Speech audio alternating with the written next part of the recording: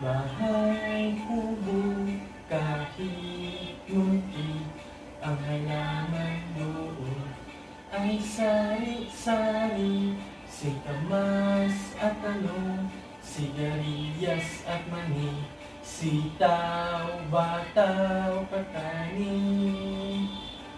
pundol, patula, upot, kalabasa, at saka mayroon pa labanos, mustasa, sibuyas, kamatis, bawang at luya.